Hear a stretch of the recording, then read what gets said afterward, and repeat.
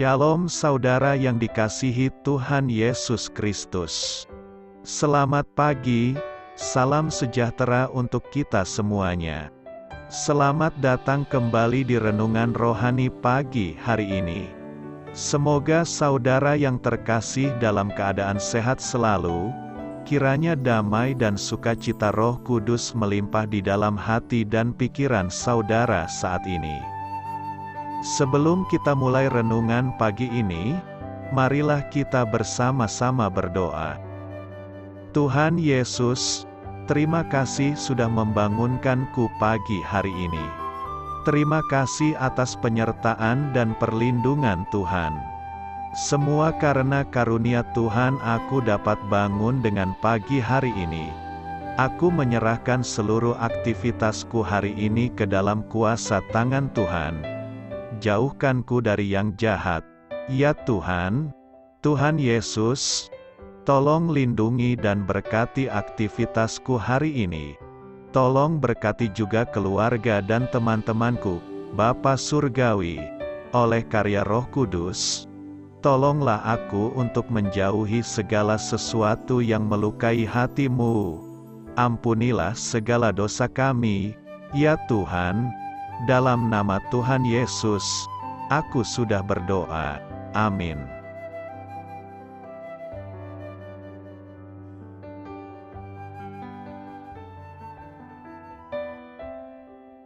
Sahabat Suara Sion, pembacaan ayat emas Alkitab renungan kita hari ini. Nats pilihan kita adalah menjadi kaya dalam perbuatan baik, suka memberi dan membagi. Tertulis dalam kitab 1 Timotius 6 ayat 18, bacaan kita pada malam ini terambil dari kitab 1 Timotius 6 ayat 6 sampai dengan ayat 10 dan ayat 18. Memang ibadah itu kalau disertai rasa cukup, memberi keuntungan besar, sebab kita tidak membawa sesuatu apa ke dalam dunia dan kita pun tidak dapat membawa apa-apa keluar. Asal ada makanan dan pakaian, cukuplah. Tetapi mereka yang ingin kaya terjatuh ke dalam pencobaan, ke dalam jerat dan ke dalam berbagai-bagai nafsu yang hampa dan yang mencelakakan, yang menenggelamkan manusia ke dalam keruntuhan dan kebinasaan. Karena akar segala kejahatan ialah cinta uang. Sebab oleh memburu uanglah beberapa orang telah menyimpang dari iman dan menyiksa dirinya dengan berbagai-bagai duka. Peringatkanlah agar mereka itu berbuat baik, menjadi kaya dalam kebajikan, suka memberi dan membagi. 1 Timotius 6 ayat 6 sampai dengan ayat 10 dan ayat 18.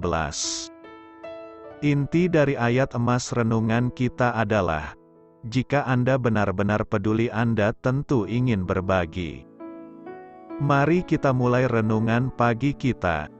Judul renungan kita hari ini adalah Rela Berbagi, disusun oleh Saudara Rohani. Kisah inspiratif. Para pengikut Yesus haruslah kaya dalam perbuatan baik, suka memberi dan membagi. 1 Timotius 6 ayat 18. Sikap seperti ini tampak tidak lama setelah bencana tsunami terjadi dan melanda wilayah Asia Tenggara.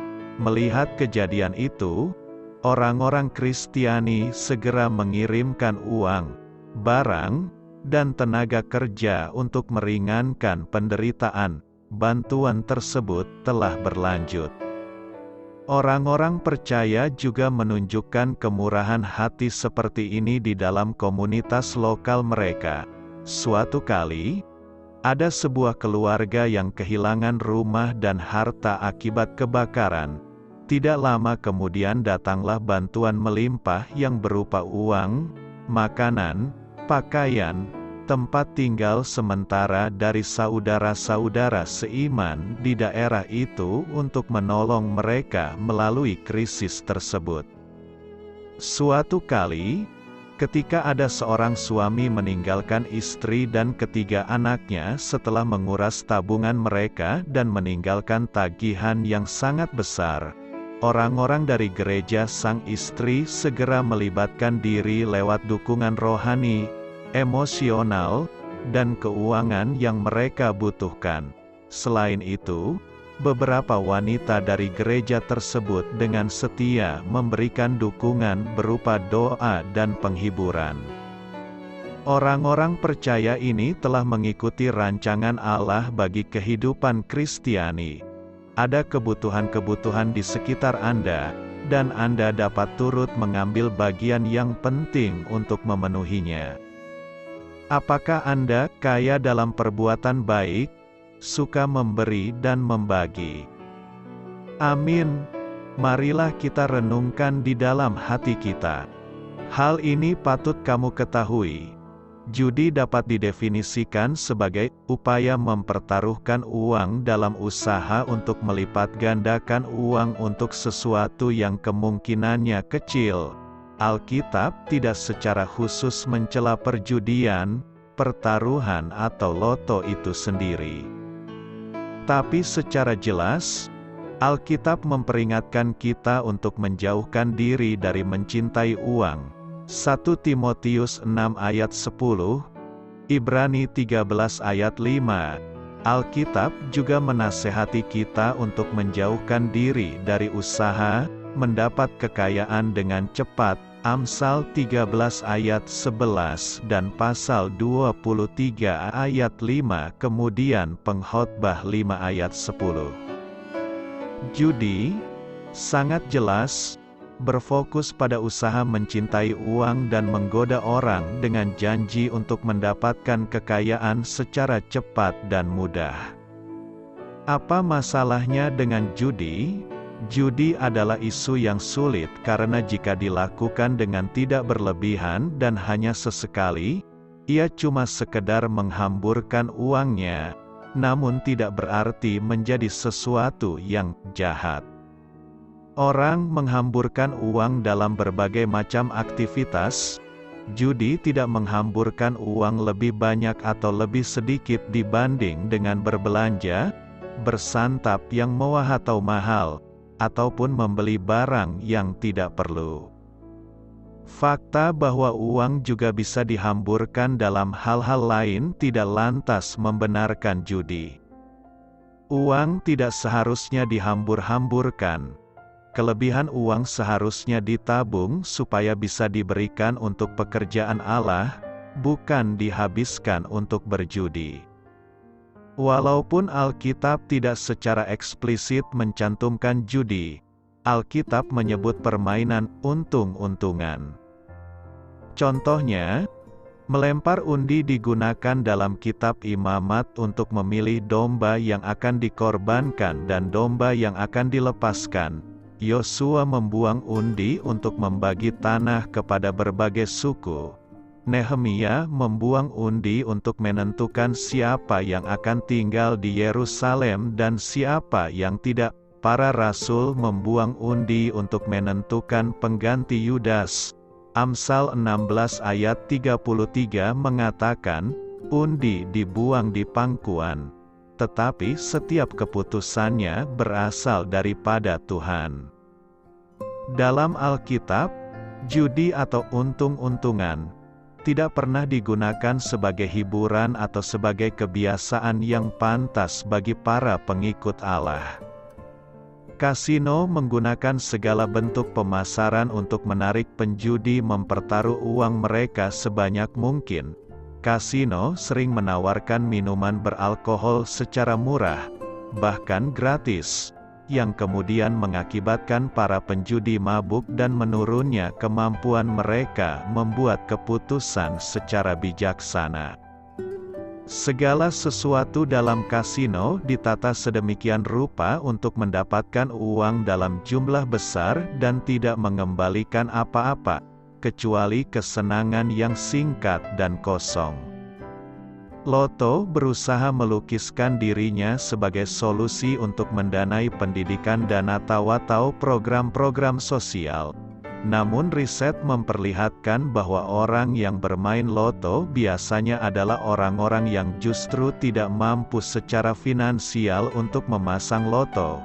Bagi mereka yang sudah kehabisan akal, daya tarik untuk cepat kaya sering merupakan godaan yang terlalu sulit untuk ditahan. Kesempatan untuk menang begitu kecilnya sehingga akibatnya banyak yang hidupnya hancur. Mengapa keuntungan dari loto tidak menyenangkan Allah? Banyak orang mengklaim bahwa mereka memasang loto atau berjudi supaya dapat memberi uang kepada gereja, atau untuk pekerjaan amal lainnya. Walaupun ini adalah motif yang baik, kenyataannya hanya sedikit yang menggunakan keuntungan dari judi untuk hal yang rohani.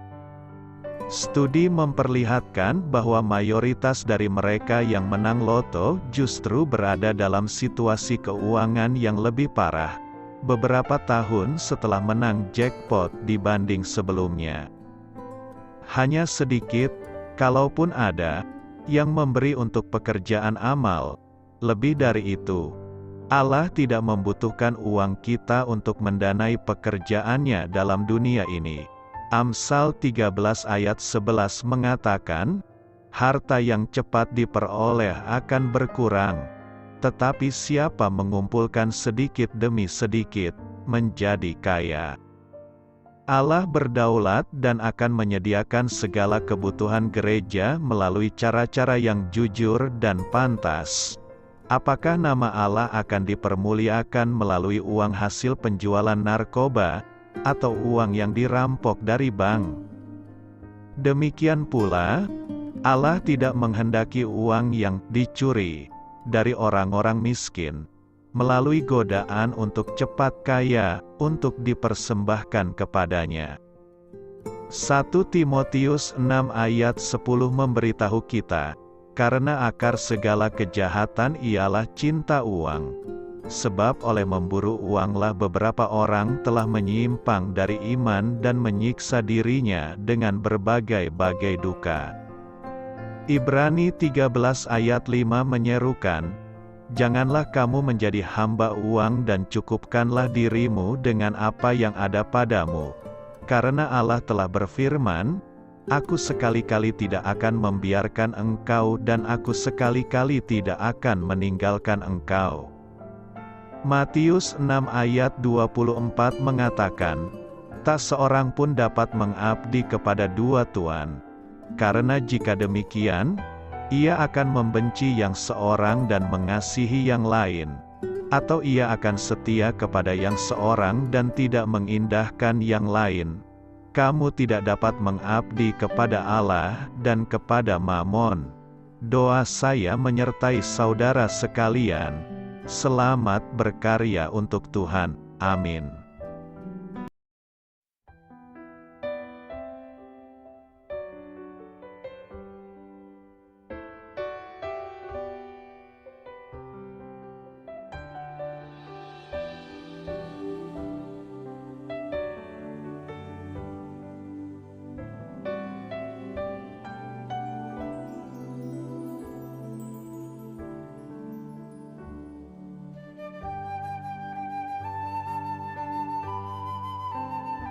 Marilah kita renungkan, sahabat pendengar, demikianlah renungan firman Tuhan di pagi hari ini. Semoga menjadi berkat di dalam hidup kita, dan sebelum kita memulai segala aktivitas kita pagi hari ini, marilah kita berdoa.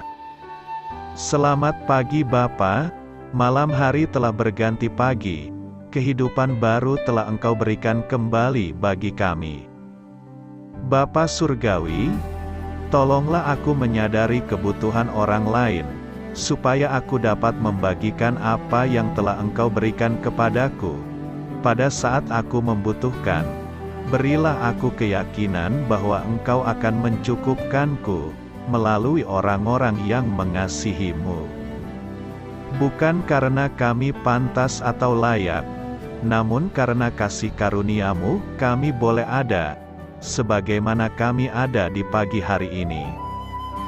Terima kasih Tuhan, atas kesempatan baru yang telah Tuhan berikan kepada kami, untuk bisa memperbaiki diri agar kami bisa lebih layak di hadapan-Mu. Hari ini kami serahkan semua perkara dan kesulitan yang akan kami lalui ke dalam tangan-Mu.